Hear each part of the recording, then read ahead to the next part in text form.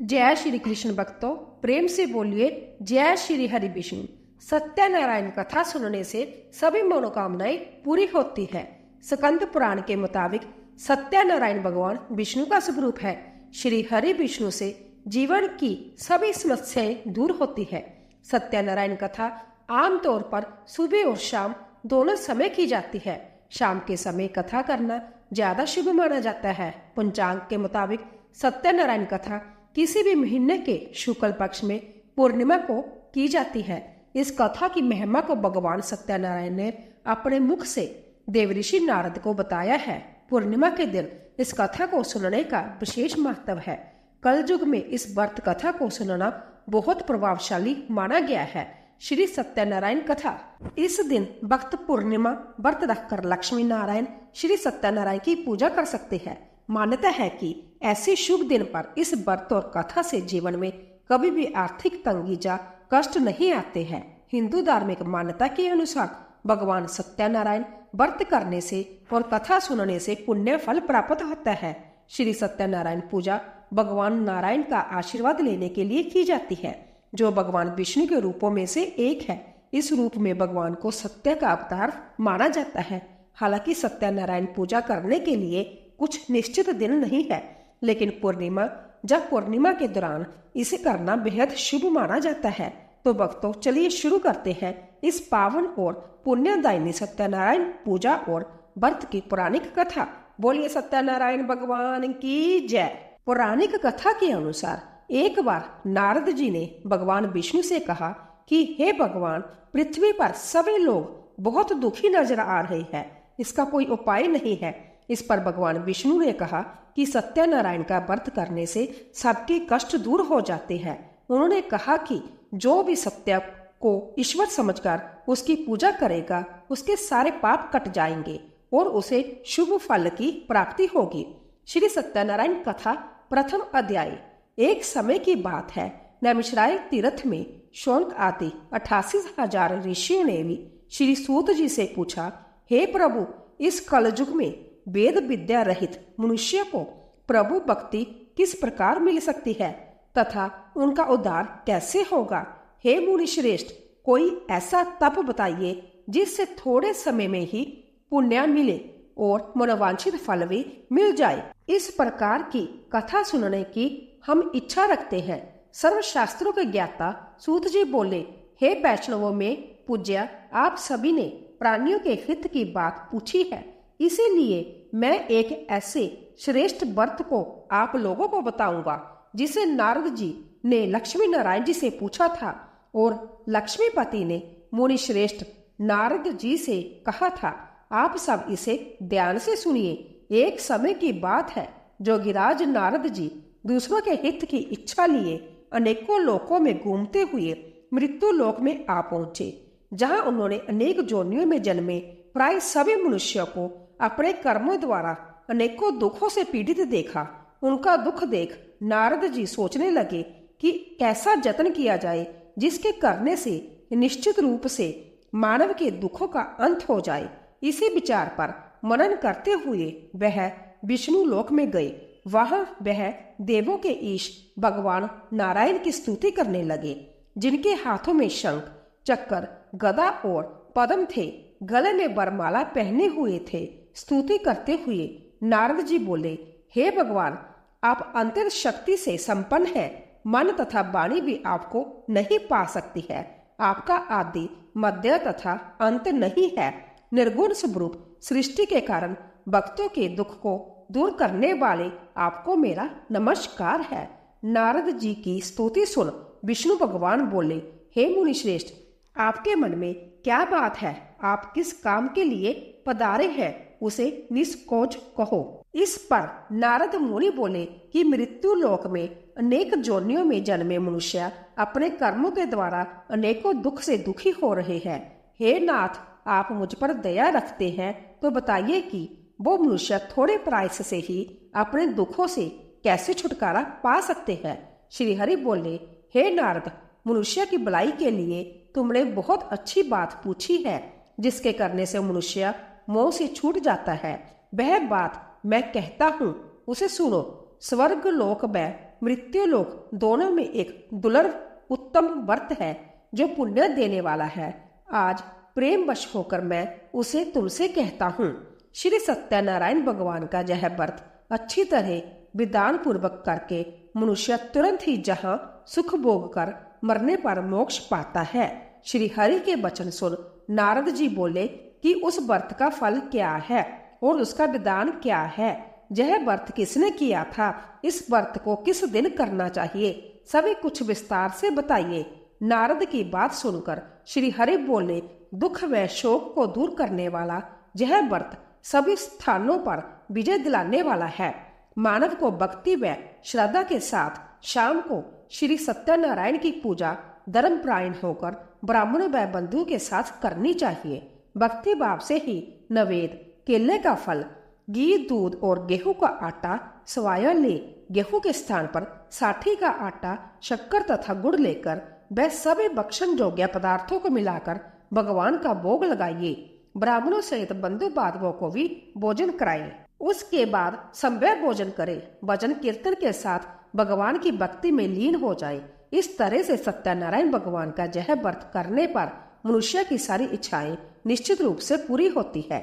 इस कलिकाल अर्थात कलयुग में मृत्यु लोक में मोक्ष का यही एक सरल उपाय बताया गया है। इति श्री सत्यनारायण व्रत कथा का प्रथम अध्याय संपूर्ण। श्रीमन नारायण नारायण नारायण बजमन नारायण नारायण नारायण। श्री सत्यनारायण भगवान की जय। श्री सत्यनारायण कथा द्वितीय अध्याय। सूत जी बोले, हे ऋषियों, जिसने पहले समय में इस व्रत को किया था उसका इतिहास कहता हूँ, ध्यान से सुनो। सुंदर काशीपुरी नगरी में एक अत्यंत निर्धन ब्राह्मण रहता था। भूख प्यास से परेशान वह धरती पर घूमता रहता था। ब्राह्मणों से प्रेम करने वाले भगवान ने एक दिन ब्राह्मण का वेश धारण कर उसके पास जाकर पूछा, हे विप्र, नित्य दुखी होकर तुम पृथ्वी पर क्यों घूमते हो? दीन ब्राह्मण बोला, मैं निर्धन ब्राह्मण हूँ, भिक्षा के लिए धरती पर घूमता हूँ। हे भगवान, यदि आप इसका कोई उपाय जानते हो तो बताइए। वृद्ध ब्राह्मण कहता है कि सत्यनारायण भगवान मनोवांछित फल देने वाले हैं, इसीलिए तुम उनका पूजन करो। इसे करने से मनुष्य सभी दुखों से मुक्त हो जाता है। वृद्ध ब्राह्मण बनकर आए सत्यनारायण भगवान उस निर्धन ब्राह्मण को व्रत का सारा विधान बताकर अंतर्धान हो गए। ब्राह्मण मन ही मन सोचने लगा कि जिस व्रत को वृद्ध ब्राह्मण करने को कह गया है मैं उसे जरूर करूंगा। यह निश्चय करने के बाद उसे रात में नींद नहीं आई। वह सवेरे उठकर सत्यनारायण भगवान के व्रत का निश्चय कर भिक्षा के लिए चला गया। उस दिन निर्धन ब्राह्मण को भिक्षा में बहुत धन मिला, जिससे उसने बंधु बांधवों के साथ मिलकर श्री सत्यनारायण भगवान का व्रत संपन्न किया। भगवान सत्यनारायण का व्रत संपन्न करने के बाद वह निर्धन ब्राह्मण सभी दुखों से छूट गया और अनेक प्रकार की संपत्तियों से युक्त हो गया। उसी समय से यह ब्राह्मण हर माह इस व्रत को करने लगा। इस तरह से सत्यनारायण भगवान के व्रत को जो मनुष्य करेगा वह सभी प्रकार के पापों से छूटकर मोक्ष को प्राप्त होगा। जो मनुष्य इस व्रत को करेगा वह भी सभी दुखों से मुक्त हो जाएगा। सूत जी बोले कि इस तरह से नारद जी से नारायण जी का कहा हुआ श्री सत्यनारायण व्रत को मैंने तुमसे कहा। हे विप्रो, मैं अब और क्या कहूँ? ऋषि बोले, हे मुनिवर, संसार में उस विप्र से सुनकर और किस किस ने इस व्रत को किया, हम सब इस बात को सुनना चाहते हैं। इसके लिए हमारे मन में श्रद्धा का भाव है। सूत जी बोले, हे मुनियों, जिस जिसने इस व्रत को किया है वह सब सुनो। एक समय वही विप्र धन व ऐश्वर्य के अनुसार अपने बंधु बांधवों के साथ इस व्रत को करने को तैयार हुआ। उसी समय एक लकड़ी बेचने वाला बूढ़ा आदमी आया और लकड़ियां बाहर रखकर अंदर ब्राह्मण के घर में गया। प्यास से दुखी वह लकड़हारा उनको व्रत करते देख विप्र को नमस्कार कर पूछने लगा कि आप ये क्या कर रहे हैं तथा इसे करने से क्या फल मिलेगा, कृपया मुझे भी बताइए। ब्राह्मण ने कहा कि सब मनोकामनाओं को पूरा करने वाला यह सत्यनारायण भगवान का व्रत है। इनकी कृपा से ही मेरे घर में धन धान्य आदि की वृद्धि हुई है। विप्र से सत्यनारायण व्रत के बारे में जानकर लकड़हारा बहुत प्रसन्न हुआ। चरनामत लेकर वह प्रसाद खाने के बाद वह अपने घर गया। लकड़हारे ने अपने मन में संकल्प किया कि आज लकड़ी बेचने से जो धन मिलेगा उसी से श्री सत्यनारायण भगवान का उत्तम व्रत करूंगा। मन में इस विचार को ले बूढ़ा आदमी सिर पर लकड़ियां रख उस नगर में बेचने गया जहां धनी लोग ज्यादा रहते थे। उस नगर में उसे अपनी लकड़ियों का दाम पहले से 4 गुना अधिक मिलता है। बूढ़ा प्रसन्नता के साथ दाम लेकर केले, शक्कर, घी, दूध, दही और गेहूं का आटा ले और सत्यनारायण भगवान के व्रत की अन्य सामग्रियां लेकर अपने घर गया। वहां उसने अपने बंधु बांधवों को बुलाकर विधि विधान से सत्यनारायण भगवान का पूजन और व्रत किया। इस व्रत के प्रभाव से वह बूढ़ा लकड़हारा धन, पुत्र आदि से युक्त होकर संसार के समस्त सुख भोग अंत काल में बैकुंठ धाम चला गया। इति श्री सत्यनारायण व्रत कथा का 2य अध्याय संपूर्ण। श्रीमन नारायण नारायण नारायण भजवन नारायण नारायण नारायण। श्री सत्यनारायण भगवान की जय। श्री सत्यनारायण कथा 3 अध्याय। सूत जी बोले, हे श्रेष्ठ मुनियों, अब आगे की कथा कहता हूँ। पहले समय में उल्का मुख नाम का एक बुद्धिमान राजा था। वह सत्य वक्ता और जितेंद्रिय था। प्रतिदिन देव स्थानों पर जाता और निर्धनों को धन देकर उनके कष्ट दूर करता था। उसकी पत्नी कमल के समान मुख वाली तथा सती साध्वी थी। भद्रशिला नदी के तट पर उन दोनों ने श्री सत्यनारायण भगवान का व्रत किया। उसी समय साधु नाम का एक वेश्या आया। उसके पास व्यापार करने के लिए बहुत सा धन भी था। राजा को व्रत करते देखकर वह विनय के साथ पूछने लगा, हे राजन, भक्ति भाव से पूर्ण होकर आप यह क्या कर रहे हैं? मैं सुनने की इच्छा रखता हूँ, तो आप मुझे बताइए। राजा बोला, हे साधु, अपने बंधु बांधवों के साथ पुत्रादि की प्राप्ति के लिए एक महाशक्तिमान श्री सत्यनारायण भगवान का व्रत व पूजन कर रहा हूँ। राजा के वचन सुन साधु आदर से बोला, हे राजन, मुझे इस व्रत का सारा विधान कहिए। आपके कथा अनुसार मैं भी इस व्रत को करूंगा।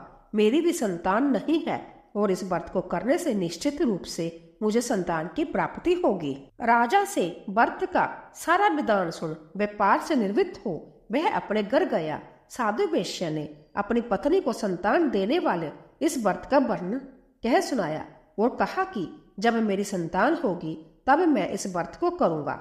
साधु ने इस तरह के वचन अपनी पत्नी लीलावती से कहे। एक दिन लीलावती पति के साथ आनंदित हो संसारिक धर्म में प्रवृत्त होकर सत्यनारायण भगवान की कृपा से गर्भवती हो गई। 10वें महीने में उसके गर्भ से एक सुंदर कन्या ने जन्म लिया। दिन दिन वह ऐसे बढ़ने लगी जैसे कि शुक्ल पक्ष का चंद्रमा बढ़ता है। माता पिता ने अपनी कन्या का नाम कलावती रखा। एक दिन लीलावती ने मीठे शब्दों में अपने पति को याद दिलाया कि आपने सत्यनारायण भगवान के जिस व्रत को करने का संकल्प किया था उसे करने का समय आ गया है। आप इस व्रत को करिए।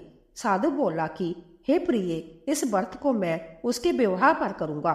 इस प्रकार अपनी पत्नी को आश्वासन देकर वह नगर को चला गया। कलावती पिता के घर में रह वृद्धि को प्राप्त हो गई। साधु ने एक बार नगर में अपनी कन्या को सखियों के साथ देखा तो तुरंत ही दूत को बुलाया और कहा कि मेरी कन्या के योग्य वर देखकर आओ। साधु की बात सुनकर दूत कंचन नगर में पहुंचा और वहां देखभाल कर लड़की के सुयोग्य वानिक पुत्र को ले आया। सुयोग्य लड़के को देख साधु ने बंधु बांधवों को बुलाकर अपनी पुत्री का विवाह कर दिया।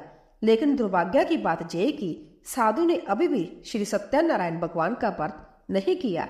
इस पर श्री भगवान क्रोधित हो गए और श्राप दिया कि साधु को अत्यधिक दुख मिले। अपने कार्य में कुशल साधु बनिया जमाई को लेकर समुद्र के पास स्थित होकर रत्नासारपुर नगर में गया। वहां जाकर दामाद ससुर दोनों मिलकर चंद्रकेतु राजा के नगर में व्यापार करने लगे। एक दिन भगवान सत्यनारायण की माया से एक चोर राजा का धन चुराकर भाग रहा था। उसने राजा के सिपाहियों को अपना पीछा करते देख चुराया हुआ धन वहां रख दिया जहां साधु अपने जमाई के साथ ठहरा हुआ था। राजा के सिपाहियों ने साधु वेश्या के पास राजा का धन पड़ा देखा तो वह ससुर जमाई दोनों को बांधकर प्रसन्नता से राजा के पास ले गए और कहा कि उन दोनों चोरों को हम पकड़ लाए हैं। आप आगे की कार्यवाही की आज्ञा दें। राजा की आज्ञा से उन दोनों को कठिन कारावास में डाल दिया गया और उनका सारा धन भी उनसे छीन लिया गया।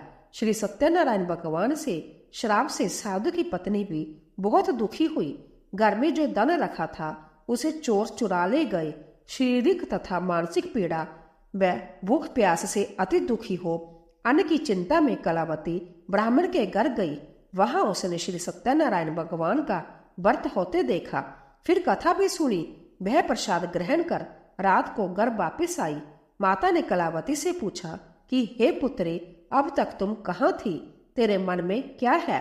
कलावती ने अपनी माता से कहा, हे माता, मैंने एक ब्राह्मण के घर में श्री सत्यनारायण भगवान का व्रत देखा है। कन्या के वचन सुन लीलावती भगवान के पूजन की तैयारी करने लगी। लीलावती ने परिवार व बंधुओं सहित सत्यनारायण भगवान का पूजन किया और उनसे वर मांगा कि मेरे पति तथा जमाई शीघ्र घर आ जाए।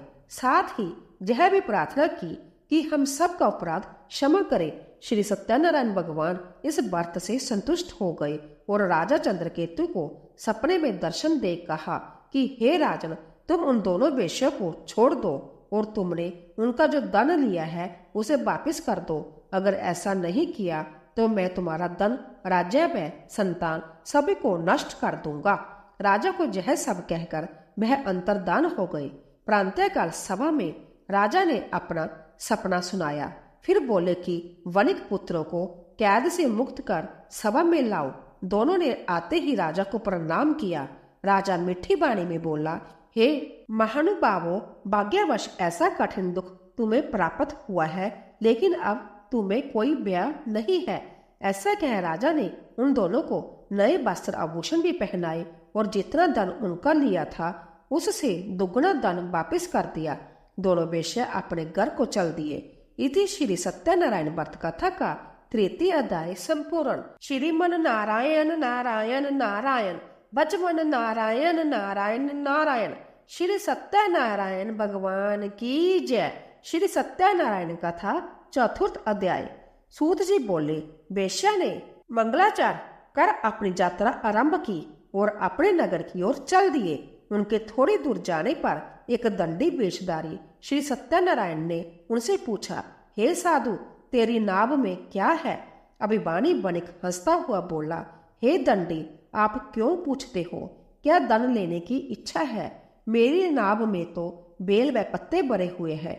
वेश्या के कठोर वचन सुन भगवान बोले, तुम्हारा वचन सत्य हो। दंडी ऐसे वचन कह वहां से दूर चले गए। कुछ दूर जाकर समुद्र के किनारे बैठ गई। दंडी के जाने के बाद साधु वेश्या ने नित्य क्रिया के पश्चात नाव को ऊंची उठते देखकर अचंबा माना और नाव में बेलपत्ते आदि देख वह मूर्छित हो जमीन पर गिर पड़ा। मूर्छा खुलने पर वह अंतत शोक में डूब गया। तब उसका दामाद बोला कि आप शोक ना मनाएं, यह दंडी का शाप है, इसीलिए हमें उनकी शरण में जाना होगा, तभी हमारी मनोकामना पूरी होगी। दामाद की बात सुनकर वह दंडी के पास पहुंचा और अत्यंत भक्ति भाव नमस्कार करके बोला, मैंने आपसे जो जो असत्य वचन कहे थे उनके लिए मुझे क्षमा दे। ऐसा कहकर महान शोका आतुर हो रोने लगा। तब दंडे भगवान बोले, हे वणिक पुत्र, मेरी आज्ञा से बार बार तुम्हें दुख प्राप्त हुआ है। तू मेरी पूजा से विमुख हुआ।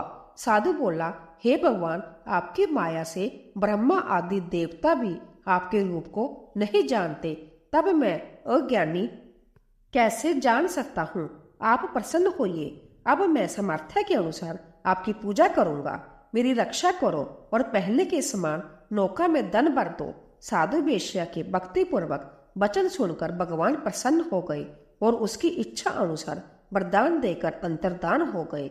ससुर जमाई जब नाव पर आए तो नाव धन से भरी हुई थी। फिर वही अपने अन्य साथियों के साथ सत्यनारायण भगवान का पूजन कर अपने नगर को चल दिए। जब नगर के नजदीक पहुंचे तो दूत को घर पर खबर करने के लिए भेज दिया। दूत साधु की पत्नी को प्रणाम कर कहता है कि मालिक अपने दामाद सहित नगर के निकट आ गए हैं। दूत की बात सुन साधु की पत्नी लीलावती ने बड़े हर्ष के साथ सत्यनारायण भगवान का पूजन कर अपनी पुत्री कलावती से कहा कि मैं अपने पति के दर्शन को जाती हूँ, तू कार्य पूर्ण कर, शीघ्र आ जा। माता के ऐसे वचन सुन कलावती जल्दी में प्रसाद छोड़ अपने पति के पास चली गई। प्रसाद की अवज्ञा के कारण श्री सत्यनारायण भगवान रुष्ट हो गए और नाव सहित उसके पति को पानी में डुबो दिया। कलावती अपने पति को वहां ना पाकर रोती हुई जमीन पर गिर गई। नौका को डूबा हुआ देख वह कन्या को रोता देख साधु दुखी होकर बोला कि हे प्रभु, मुझसे तथा मेरे परिवार से जो भूल हुई है उसे क्षमा करें। साधु के दीन वचन सुनकर श्री सत्यनारायण भगवान प्रसन्न हो गए और आकाशवाणी हुई, हे साधु, तेरी कन्या मेरे प्रसाद को छोड़कर आई है, इसीलिए उसका पति अदृश्य हो गया है। यदि वह घर जाकर प्रसाद खाकर लौटती है तो इसे इसका पति अवश्य मिलेगा। ऐसी आकाशवाणी सुन कलावती घर पहुंचकर प्रसाद खाती है और फिर आकर अपने पति के दर्शन करती है। उसके बाद साधु अपने बंधु बांधवों सहित श्री सत्यनारायण भगवान का विधि विधान से पूजन करता है। इस लोक का सुख भोग वह अंत में स्वर्ग जाता है। इति श्री सत्यनारायण व्रत कथा का चतुर्थ अध्याय संपूर्ण। श्रीमन नारायण नारायण नारायण बजमन नारायण नारायण नारायण। श्री सत्यनारायण भगवान की जय। श्री सत्यनारायण कथा पंचम अध्याय। सूत जी बोले, हे ऋषियों, मैं और भी एक कथा सुनाता हूँ, उसे भी ध्यान पूर्वक सुनो। प्रजा पालन में लीन तुंगध्वज नाम का एक राजा था। उसने भी भगवान का प्रसाद त्याग कर बहुत ही दुख लिया। एक बार वन में जाकर वन्य पशुओं को मारकर वह बड़ के पेड़ के नीचे आया। वहां उसने ग्वालों को भक्ति भाव से अपने बंधुओं सहित सत्यनारायण भगवान का पूजन करते देखा। अभिमानवश राजा उन्हें देखकर भी पूजा स्थान में नहीं गया और ना ही उसने भगवान को नमस्कार किया। ग्वालों ने राजा को प्रसाद दिया, लेकिन उसने वह प्रसाद नहीं खाया और प्रसाद को वहीं छोड़ वह अपने नगर को चला गया। जब वह नगर में पहुंचा तो वहां सब कुछ तहस नहस हुआ पाया, तो वह शीघ्र ही समझ गया कि यह सब भगवान ने ही किया है। वह दोबारा ग्वालों के पास पहुंचा और विधि पूर्वक पूजा करके प्रसाद खाया तो श्री सत्यनारायण भगवान की कृपा से सब कुछ पहले जैसा हो गया। दीर्घ काल तक सुख भोगने के बाद मरण उपरांत उसे स्वर्गलोक की प्राप्ति हुई। जो मनुष्य परम दुर्लभ इस व्रत को करेगा तो भगवान सत्यनारायण की अनुकंपा से उसे धन धान्य की प्राप्ति होगी। निर्धन धनी हो जाता है और व्यमुक्त हो जीवन जीता है। संतानहीन मनुष्य को संतान सुख मिलता है और सारे मनोरथ पूर्ण होने पर मानव अंतकाल में बैकुंठ धाम को जाता है। सूत जी बोले, जिन्होंने पहले इस व्रत को किया है, अब उनके दूसरे जन्म की कथा कहता हूँ। वृद्ध शता आनंद ब्राह्मण ने सुदामा का जन्म लेकर मोक्ष की प्राप्ति की। लक्कड़हारे ने अगले जन्म में निषाद बनकर मोक्ष प्राप्त किया।